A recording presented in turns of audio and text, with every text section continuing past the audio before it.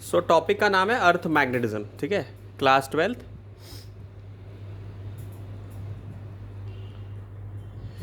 Chapter number 5, और topic है NCERT का 5.4 अर्थ मैग्नेटिज्म, ठीक है।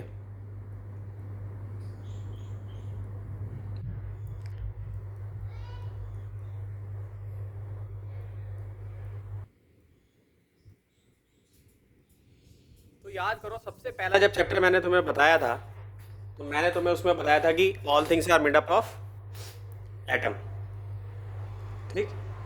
सारी चीज़ें एटम से बनी हुई है, और एटम के अंदर क्या होता है? इलेक्ट्रॉन होता है कि नहीं? बताओ, होता है कि नहीं? इलेक्ट्रॉन जो है होता है ना। Yes. तो इलेक्ट्रॉन जब घूमता है, मैंने तुम्हें इसका एक डेरिवेशन भी करवाया हुआ है, गायरोमैग्नेटिक रेशियो वाला। तो इलेक्ट्रॉन अगर घूमता है तो अपने आसपास मैग्नेटिक फील्ड क्रिएट करेगा, करेगा कि नहीं करेगा? बताओ। Yes. करेगा ना।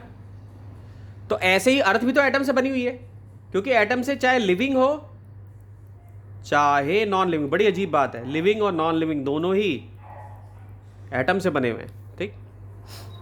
तो अगर हम अर्थ की बात करें तो हमारे अर्थ भी तो एटम से बनी हुई है, ठीक। तो अभी टॉपिक मैंने नहीं पढ़ाया तुम्हें, टॉपिक मैंने नहीं पढ़ाया, लेकिन मुझे तुम बताओ कि अर्थ की मैग्नेटिक फील्ड भी होगी कि नहीं होगी? अगर ये थ्योरी करेक्ट है कि भाई सारी चीज़ें एटम से बनी है, तो क्या अर्थ की मैग्नेटिक फील्ड होगी कि नहीं होगी? बताओ बताओ बताओ, जल्दी बताओ, सोच के। होगी कि नहीं होगी? सर होनी तो चाहिए। यस, होनी चाहिए, एग्जैक्टली होगी, यस होगी, ठीक। तो इसी को हम कहते हैं डायनमो इफेक्ट, इसी को बोलते हैं, इन एनसीईआरटी में एक वर्ड है। हमारे तो हाँ जी, इससे मैग्नेटिक फील्ड जो है हमारी अर्थ की भी होती है, ठीक है। और हमारे अर्थ के अंदर में क्या होता है? एक कोर होता है, सबको पता है कोर है। वो कोर वैसे दिखाई नहीं देता, या हम ये मान सकते हैं कि अर्थ के अंदर एक मैग्नेट है, एक्चुअली में नहीं है, लेकिन एक्चुअली में ये रोटेशन जो हो रहा है इलेक्ट्रॉन्स का, इसकी वजह से एक मैग्नेटिज्म क्रिएट होता है। तो हमारी अर्थ में एक मैग्नेटिज्म ऐसे बनता है, लाइक दिस, ठीक। और एक इंटरेस्टिंग चीज़ बताऊं, एक रिसर्च हुई है, उस रिसर्च में ये बताया गया है कि जो एक बर्ड्स होती हैं, कुछ बर्ड्स होती हैं जो माइग्रेट करती हैं, उनको ये लाइंस दिखाई देती हैं, दे कैन सी, ठीक है। वो इसको यूज़ करती हैं, जैसे जीपीएस होता है ना, हम लोग जीपीएस यूज़ करते हैं, वैसे ही उनके लिए ये मैग्नेटिक लाइंस होती हैं जो उनको दिखाई देती हैं, ठीक है। तो जिस ब्रांच से हम ये सब स्टडी करते हैं उसको बोलते हैं जियो मैग्नेटिज्म। क्या बोलते हैं उसे? जियो मैग्नेटिज्म, ठीक। ये सारा फील्ड क्या है अर्थ के बारे में, अर्थ की मैग्नेटिज्म को समझना, उसको जियो मैग्नेटिज्म हम कहते हैं, ठीक। तो एनसीईआरटी में जो क्वेश्चन है, जो टॉपिक जो एग्जाम में पूछा सकता है कि डायनमो इफेक्ट क्या होता है, what is dynamo effect, what is dynamo effect, ठीक है। तो यही डायनमो इफेक्ट है, what is dynamo effect,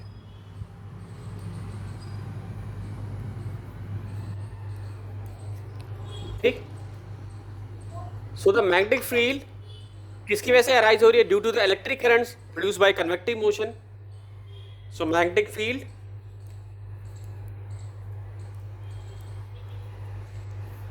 arise by electric current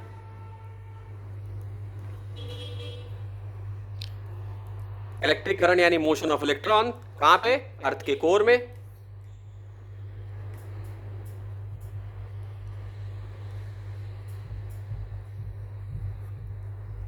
ठीक है। Electric current produce by convective motion,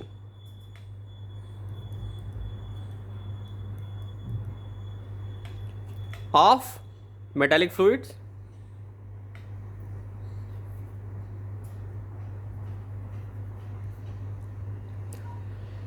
इसमें एक ही टी आएगा,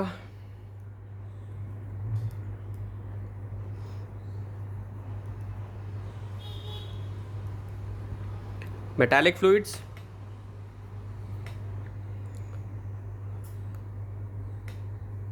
ज़्यादातर इसमें आयरन होता है और निकल होता है, लोहा, और भी बहुत सारी चीज़ें होती हैं, लेकिन जनरली हम ये मानते हैं कि चलो आयरन निकल तो है ही। In the outer core of earth, ठीक, this is known as dynamo effect. तो ये मैंने आपको ये डेफिनेशन बता दी, समझा भी दिया कि क्यों होता है डायनेमो इफेक्ट। ये अभी तक सीबीएसई में नहीं पूछा, पुराने पेपरों में होगा, 10 साल में तो अभी नहीं आया है, तो इससे डेफिनेशन आ सकती है सीबीएसई में। सीबीएसई में आने वाले क्वेश्चनों में ये हो सकता है, या तो आपको फिल इन द ब्लैंक्स बना देंगे, इससे फिल इन द ब्लैंक्स पूछा जा सकता है, या आपको डेफिनेशन पूछा जा सकता है कि what is dynamo effect. Clear है? बिल्कुल क्रिस्टल क्लियर है? समझ में आया क्या होता है डायनेमो इफेक्ट? Yes. ठीक है, Yes. चलो अब इसका अगला जो एविडेंस है इन सपोर्ट ऑफ अर्थ मैग्नेटिज्म,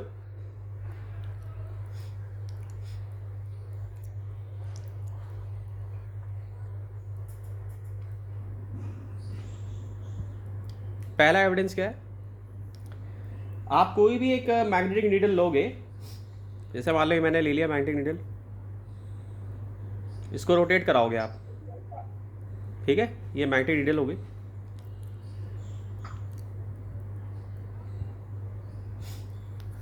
ठीक, इसको आप रोटेट कराओगे तो इट कम्स टू रेस्ट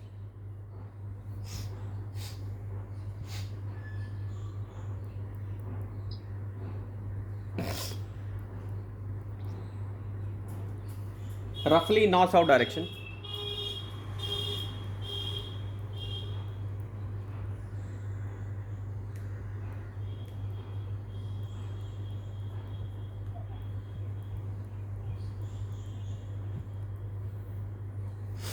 ये नॉर्थ साउथ डायरेक्शन में आके रुकेगा, ठीक है। पहला ये एविडेंस है कि भाई हर बार आप किसी भी को घुमाओगे हर बार नॉर्थ साउथ में, यानी कि कुछ ना कुछ है रोकने वाला, ठीक, इसका मतलब अर्थ के अंदर मैग्नेटिज्म है।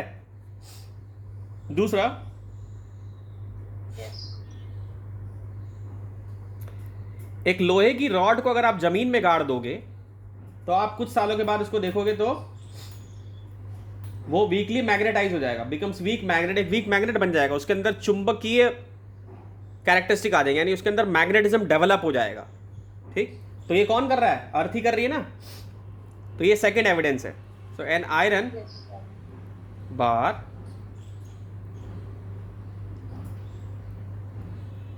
buried in the earth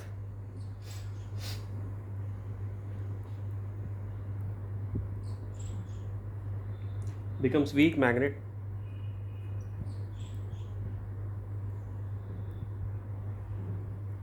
ठीक है, after some time,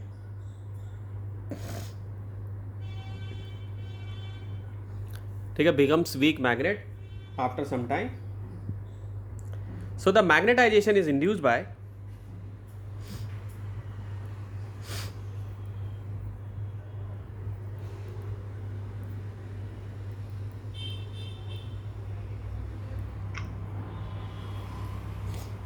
earth magnetic field.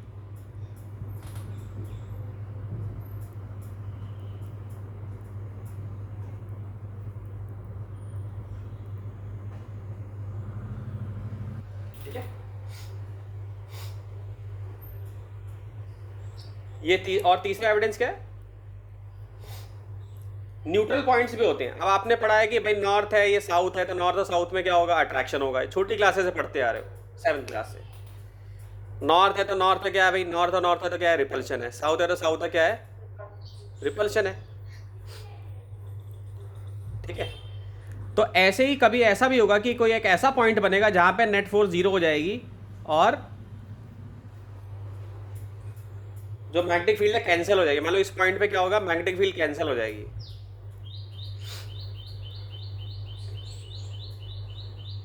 दोनों उस पॉइंट पे इक्वल होंगे। Exactly.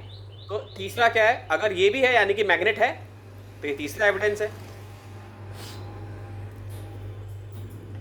Existence of neutral point.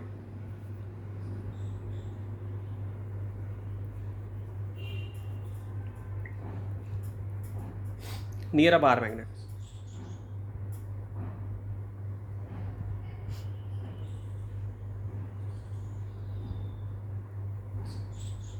ये तीसरा है। Understood?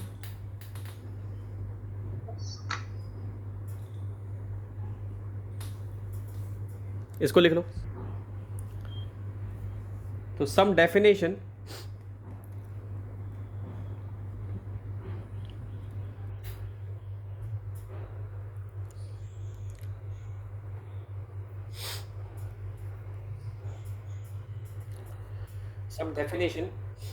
in connection with earth magnetism.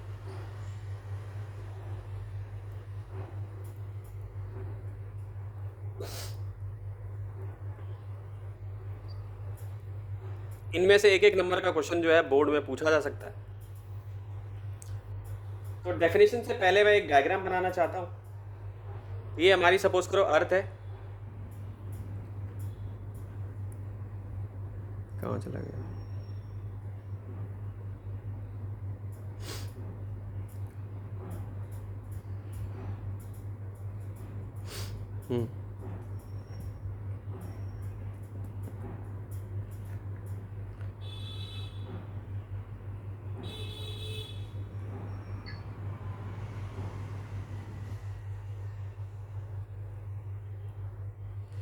So diagram मैं ये बनाना चाहता हूँ। ये ऐसी हमारी अर्थ है।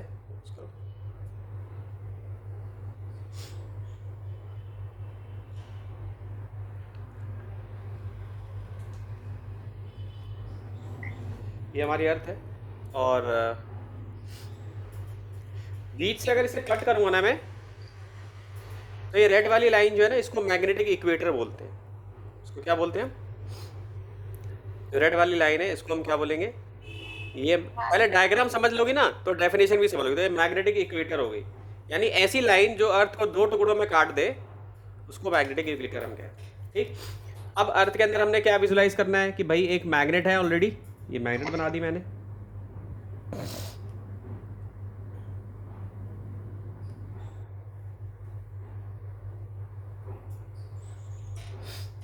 ठीक है, तो ये बना दी मैंने ऐसे। देखो हमने क्या पढ़ा था कि हमने क्या पढ़ा था? फील्ड लाइन कहाँ से निकलती है? नॉर्थ से निकलती है, साउथ में जाती है ना?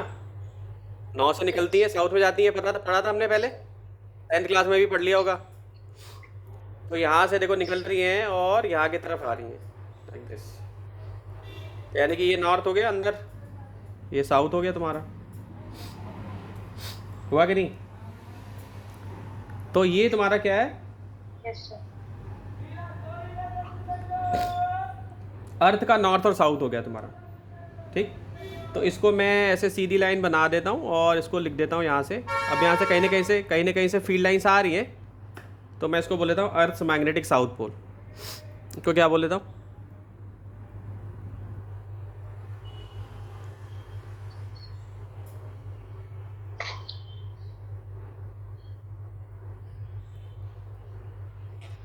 ठीक है, ठीक।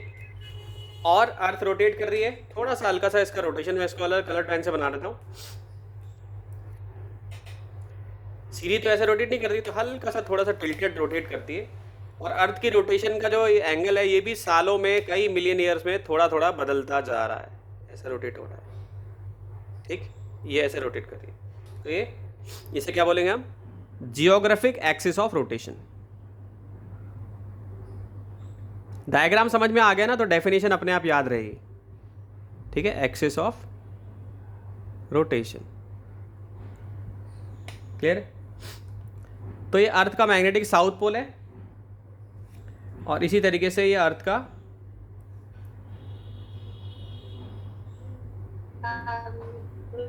मैग्नेटिक नॉर्थ पोल है। ठीक है,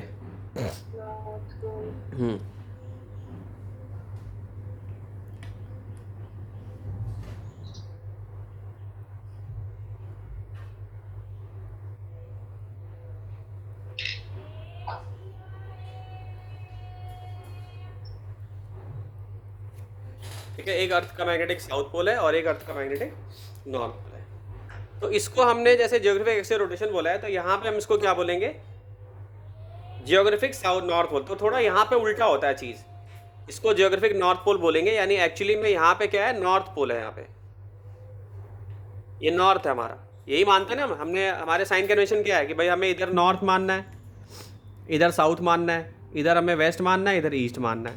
ठीक है बच्चे, तो एक्चुअली में हमारा जो साइन कन्वेंशन है तो उसको हम क्या बोलते हैं, जियोग्राफिक नॉर्थ पोल। तो ये हमारा यहाँ पर है, यस यानी हमारा जियोग्राफिक नॉर्थ पोल यहाँ पर है।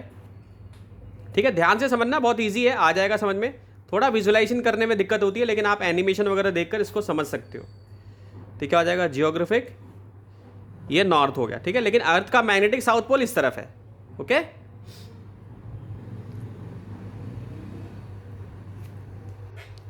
Yes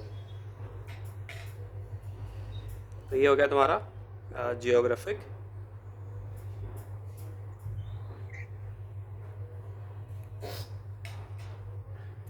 north pole. ठीक है, ये क्या हो गया,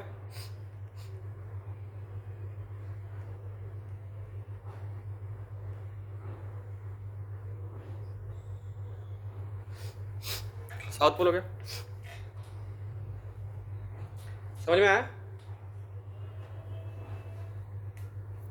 यस ये हो गया तुम्हारा इक्वेटर, तुम्हें समझ में आ गया, ज्योग्राफिक नॉर्थ पोल समझ में आ गया, ज्योग्राफिक एक्सेल, अर्थ के मैग्नेटिक साउथ पोल पता चल गया, और अर्थ का सरफेस, ये हमारा अर्थ का सरफेस है, और ये तुम्हें पता चल गया ये ज्योग्राफिक साउथ पोल है।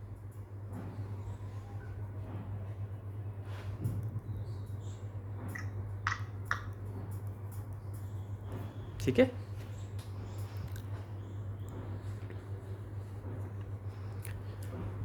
समझ गई? तो अब इसमें इसको डायग्राम को बना लो जल्दी से। अब इसमें डेफिनेशन पे आते हैं। तो अब आता है नॉर्थ मैग्नेटिक पोल। तो नॉर्थ मैग्नेटिक पोल कैसे लिखेंगे, डेफिनेशन क्या होगी इसकी, north magnetic pole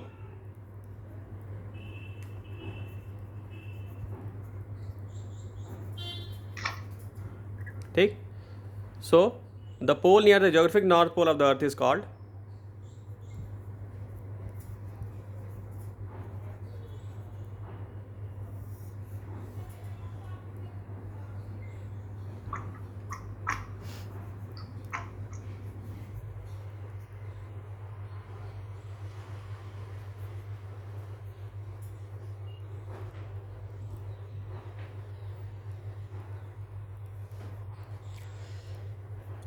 pole of the earth is called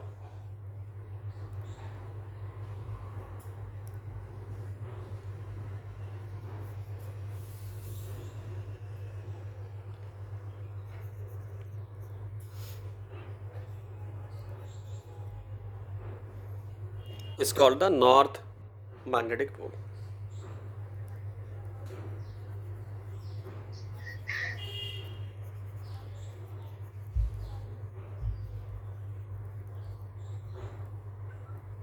ठीक है, ये हमारा पहला डेफिनेशन हो गया। इसी तरीके से दूसरा जो है south magnetic pole,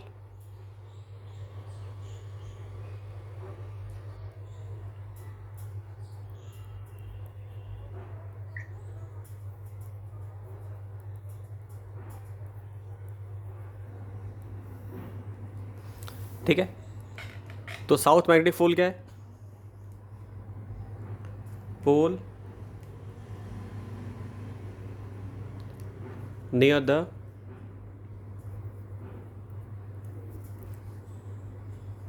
geographic south pole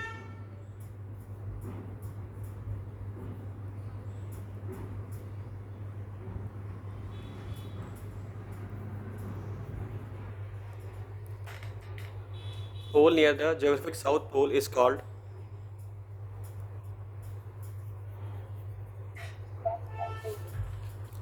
the south magnetic pole। ठीक है,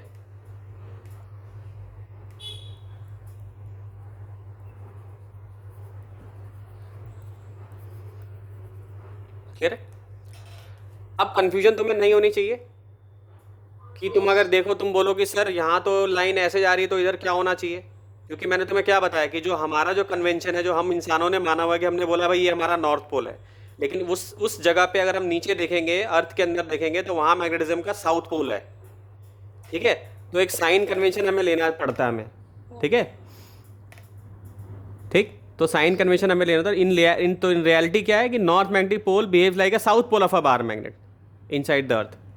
ठीक है, मतलब हम क्या मानते हैं कि जैसे ये जो नॉर्थ पोल है, अब यहाँ तो देखो साउथ पोल आ गया, इसीलिए जो मैग्नेट होती है वो हमेशा साउथ के साथ नॉर्थ के साथ अटैच हो जाती है।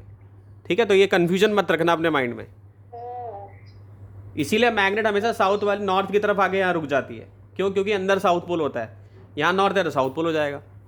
लेकिन साइन करना चाहिए बड़ा बड़ा जो मैंने एस और एन बनाया, ये यही समझाया कि ये नॉर्थ पोल है, साउथ पोल है, ये वेस्ट है, ये ईस्ट है। ठीक है, तो इसलिए कंफ्यूज नहीं होना।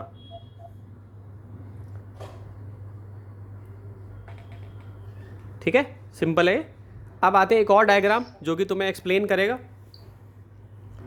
ये डायग्राम एनसीईआरटी का फिगर, बहुत अच्छा फिगर है, फिगर 5.8। इसमें तुम्हें मैग्नेटिक इक्वेटर और ज्योग्राफिक इक्वेटर के बारे में पता चलेगा। तो मान लो कि सपोज करो कि हम डायग्राम का देखो बहुत इंपॉर्टेंट रोल है, तभी आपको न्यूमेरिकल भी कर पाओगे। तो एन जी लिख दिया, एस जी लिख दिया मैंने।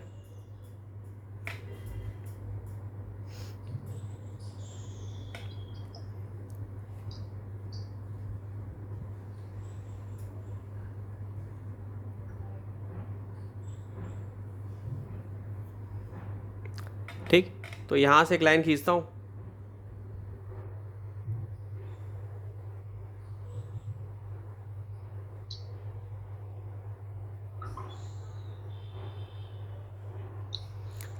यहाँ पे तुम्हारा एन एम हो गया, यहाँ पे एस एम हो गया।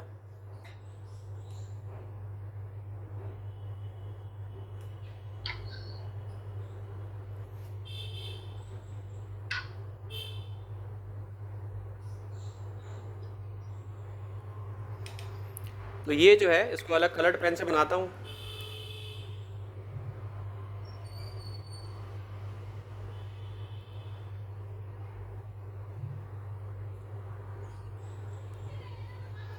ये मैग्नेटिक इक्वेटर हो गया।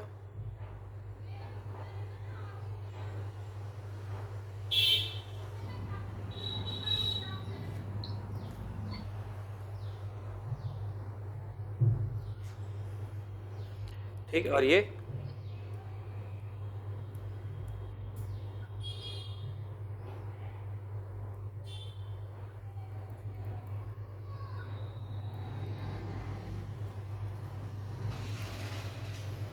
ज्योग्राफिक इक्वेटर हो जाएगा। ठीक है,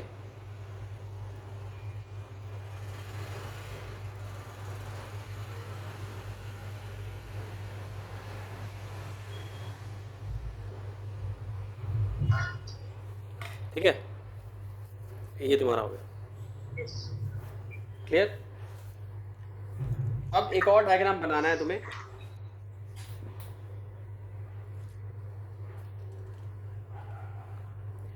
जो कि सबसे इंपॉर्टेंट है, elements of earth magnetic field.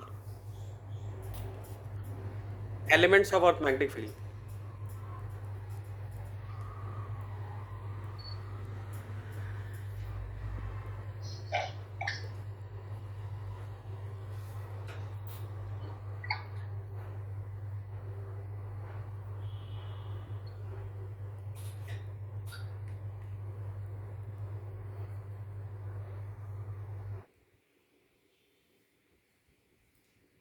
ये बहुत इंपॉर्टेंट है। तो इसको विजुअलाइज करने का तरीका बताता हूँ कि जैसे आपने कभी देखा है बुक्स दे, बुक को मान लो अगर ऐसे रखोगे आप, मान लो आपके पास ऐसे बुक है, ये आपके पास बुक है ऐसे, ठीक है, ये बुक है आपके पास। तो आप बुक को छोड़ दोगे ऐसे, मान लो आप यहाँ से होल्ड करके रखते हो, तो बुक ऐसे फैल जाएगी ना, एक पेज इसका यहाँ आ जाएगा और एक पेज इसका यहाँ आ जाएगा, आएगा ना इधर, बुक का एक पेज ऐसे आ जाएगा, इधर इस तरफ आ जाएगा, है ना, एक तरफ ऐसे आ जाएगा, खुल जाएगा, और एक पेज ऐसे खुल जाएगा। तो इसको विजुलाइज करके रखना आपको। ठीक है, इससे आपको समझ में आ जाएगा कि अर्थ मैग्नेटिज्म को हम कैसे देख सकते हैं। डिप समझ में आ जाएगा, डेक्लिनेशन समझ में आ जाएगा। तो अब इसको बड़ा डायग्राम बना देता हूँ। ये रेड पेन से जो बना रहा हूँ, ये आपका मैग्नेटिक मेरिडियन है। ठीक है,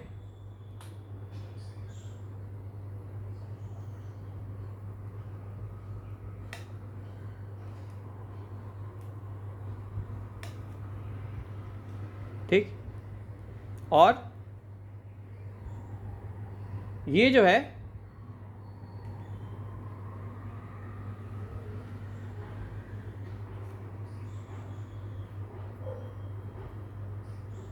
जो ग्रीन पेन से बना रहा हूँ ये आपका जियोग्राफिक मेरिडियन है, ठीक है। ये क्या है?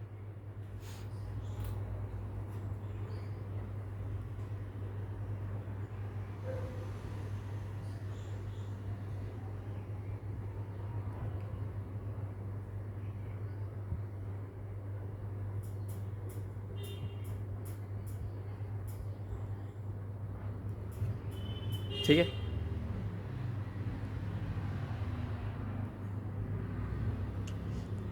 ये क्या है? इसके जो एंगल बनेंगे यानी ज्योग्राफिक मेरिडियन और मैग्नेटिक मेरिडियन के बीच में जो एंगल होगा उसको हम अल्फा से रिप्रेजेंट करेंगे और ये क्या हो जाएगा? डेक्लिनेशन। इसको एंगल ऑफ डेक्लिनेशन हम बोलेंगे, ठीक। अब एक इंटरेस्टिंग चीज देखो कि सपोज करो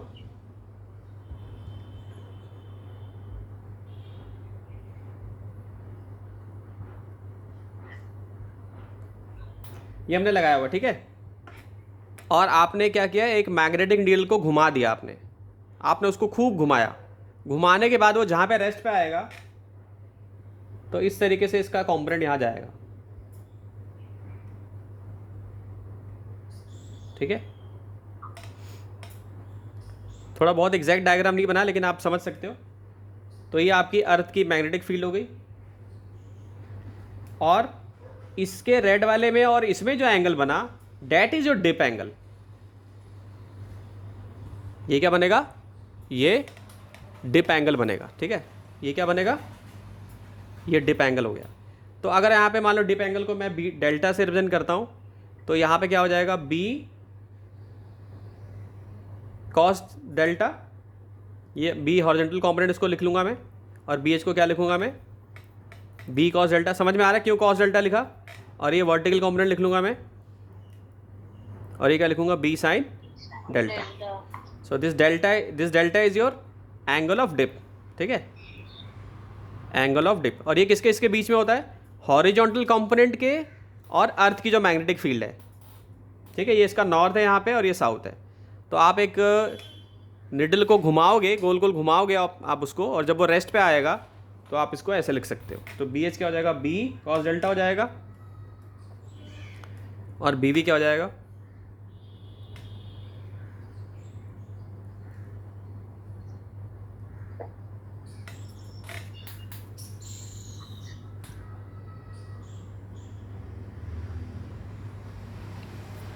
बी साइन डेल्टा हो जाएगा, ठीक है, ठीक। B H equal to B cos delta लिख दिया और B B equal to B sine delta लिख दिया। अब अगर हम मैग्नेटिक इक्वेटर की बात करें और पोल्स की बात करें, ये दो फॉर्मूले हमारे पास आ गए, डेल्टा के साथ आ गए हमारे पास फॉर्मूले, ठीक। तो अगर हम डेल्टा की वैल्यू को 0 कर दें तो क्या हो जाएगा फॉर्मूला यहाँ पे?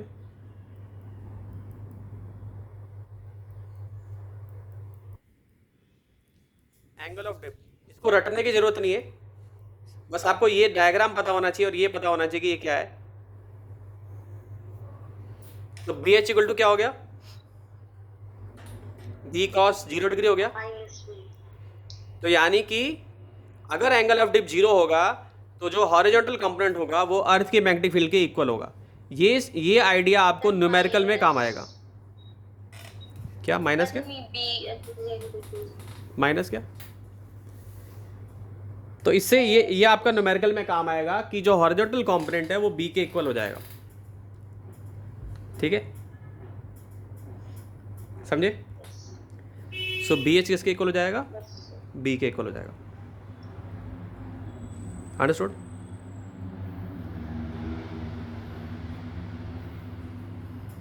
तो जहां पे एंगल ऑफ डिप 0 हुआ तो हॉरिजॉन्टल कंपोनेंट किसके इक्वल हो जाएगा? बी के इक्वल हो जाएगा। अब आते हैं, बात करते हैं एट द मैग्नेटिक पोल्स। अब आपको ये भी क्लियर पता चल गया ये कहां पर होगा? मैग्नेटिक इक्वेटर पे होगा।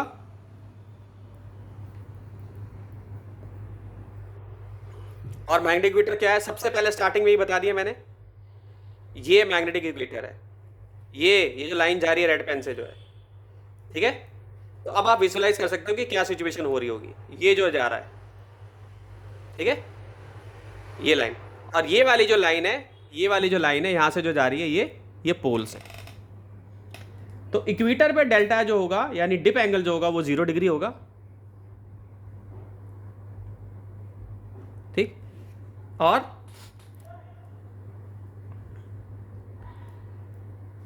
एट द मैग्नेटिक पोल्स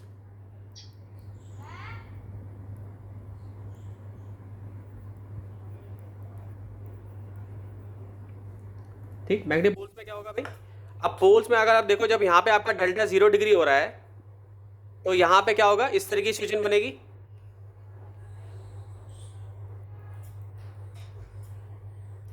ये इस तरफ होगा तो ऐसे सिचुएशन बनेगी, 90 का एंगल बनेगा कहीं पे, ठीक है। तो उस केस में पोल्स में क्या होगा कि जहाँ यहाँ पे एंगल अगर आपका 0 डिग्री हो रहा था यानी यहाँ पे अलाइनमेंट हो रही है, तो यहाँ पे अगर इस तरफ देखेंगे तो यहाँ 90 का डिग्री का एंगल बनेगा, पोल्स के साथ देखेंगे तो समझ में आ रहा है, 90 का एंगल बनेगा। तो यानी कि पोल्स पे क्या होगा, at the magnetic poles angle of dip become 90 degree. रटने की जरूरत नहीं है, बस इसको डायग्राम को याद रखो और ये पता होना चाहिए कि पोल्स क्या होता है, इक्वेटर क्या होता है। So at the magnetic poles delta equal to 90 degree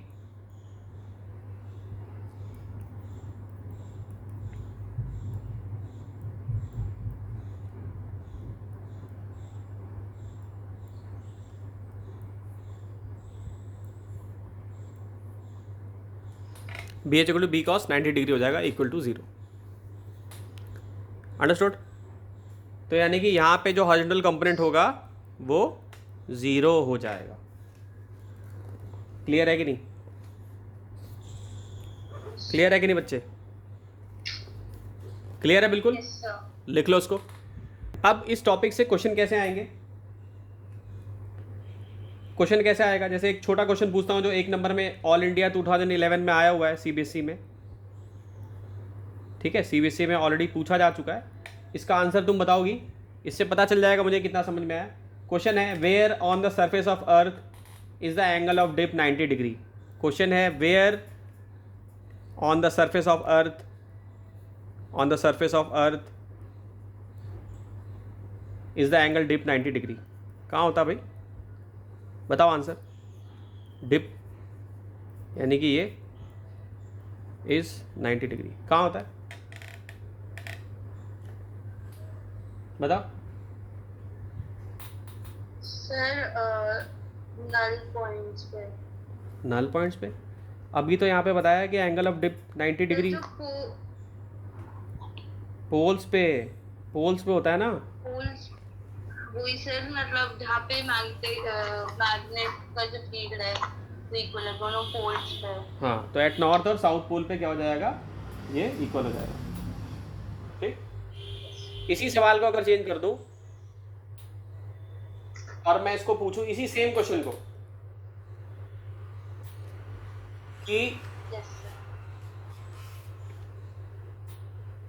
horizontal component of earth magnetic field at a place B, ठीक, इज क्या दोबारा repeat करें? आवाज एक सेकंड, एक सेकंड।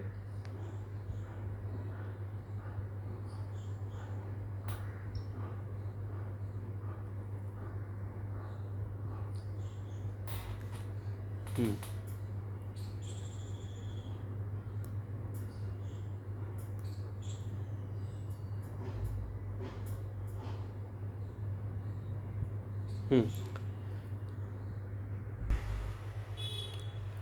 तो एग्जाम्पल 5.9 है एनसीईआरटी का, इसी टॉपिक से रिलेटेड है, पेज 188, ठीक। इसमें क्या करा है, in the magnetic meridian at certain places, ये था मैग्नेटिक मेरिडियन हो गया, ठीक है। The horizontal component of magnetic field is, यानी हॉरिजॉन्टल कंपोनेंट ऑफ अर्थ, बहुत इजी क्वेश्चन है, कितना दिया हुआ है 0.26 जी दिया हुआ है। अंदर डिप एंगल इज, यानी कि यहाँ पे जो डिप एंगल है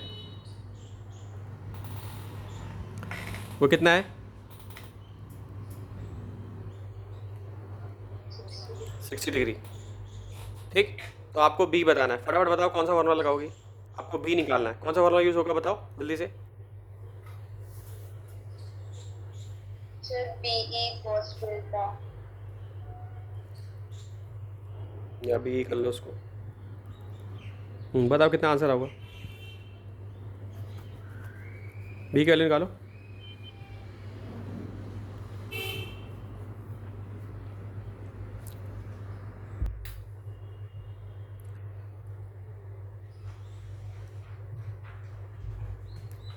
सर 0.53 एक सेकंड।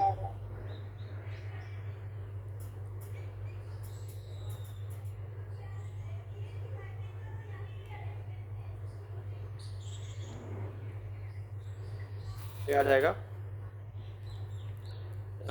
बी ई निकालना था हमें।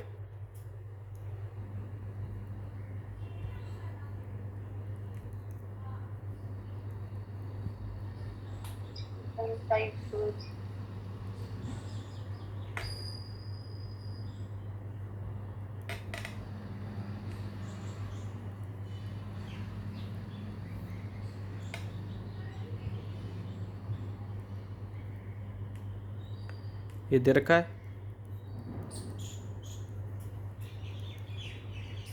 ठीक है। कितना आ जाएगा? 2G। ये आंसर आ जाएगा। क्लियर? सो एनसीईआरटी का अनसॉल्व करना है। आप सेम टॉपिक से रिलेटेड है जो आज हमने पढ़ा है। एनसीईआरटी का 5.10 क्वेश्चन जो है, ठीक है, इसको पढ़ो जरा एक बार। कह रहा है एक मैग्नेटिक नीडल जो है वो फ्री टू रोटेट है। एनसीईआरटी का 5.10 है, क्वेश्चन नंबर है, पेज है ये तुम्हारा 201, और ये अनसॉल्व क्वेश्चन है, इसी टॉपिक से रिलेटेड है, इसलिए करवा रहा हूँ। तो क्वेश्चन में बोला है कि एक मैग्नेटिक नीडल है free to rotate in vertical plane parallel to the magnetic meridian, ठीक है। यानी कि एक मैग्नेटिक नीडल है हमारे पास और ये रोटेट कर रहा है ऐसे पूरा, ठीक। Plane parallel to the magnetic meridian has a snot tip pointing to down at 22 degree with the horizontal. Formula से एग्जैक्टली फॉर्मूला से निकल जाएगा। ये हमारा मेरिडियन है, फॉर्मूला से हो जाएगा हाँ। BH is equal ये हमारा मैग्नेटिक मेरिडियन है। सो 22 डिग्री हॉरिजॉन्टल से शो कर रहा है, यानी कि हमारा अगर हॉरिजॉन्टल कंपोनेंट है तो ये जो निडल है, पहले भी मैंने डायग्राम में बताया था, ये देखो ये निडल है ना, यहाँ पे ये निडल है ना, ये निडल है, ये निडल, ठीक। सो ये निडल पॉइंट कर रही है कितना, 22 डिग्री पे, यानी डिप कितना दिया हुआ है, 22 डिग्री, ठीक। सो आप क्या लिखोगे formula, 22। BH equal to BE, हमें अर्थ की मैग्नेटिक फील्ड निकालनी है, BE cos 22 डिग्री, आप इसको लिख लोगे तो सिंपल हो जाएगा आपको अर्थ की मैग्नेटिक फील्ड। सो अर्थ की मैग्नेटिक फील्ड हमें निकालनी है, हॉरिजॉन्टल कंपोनेंट हमें दिया हुआ है, कितना दिया है, Then cos 22 डिग्री की वैल्यू कैसे निकालना? वो याद कर लो, 0.9 होती है वैसे तो, कुछ कुछ की याद कर लो, 0.9 होती है इसकी लगभग, मतलब जो अप्रॉक्स होती है, तो आप इसमें डाल दोगे वैल्यू। सो आपका जो अर्थ की मैग्नेटिक फील्ड है वो आ जाएगा। तो ये 0.35 डाला आपने, अपॉन में 0.9 डाल दिया, सॉल्व करके कुछ अप्रॉक्सीमेटली 0.38 के लगभग आ जाएगा। ये गॉस यूनिट होती है इसकी, तो ये आप इसको गॉस यूनिट दे दोगे, ठीक है। तो इजी क्वेश्चन था, बिल्कुल इसी टॉपिक से रिलेटेड था, इजीली इसको सॉल्व कर सकते हो, ठीक है।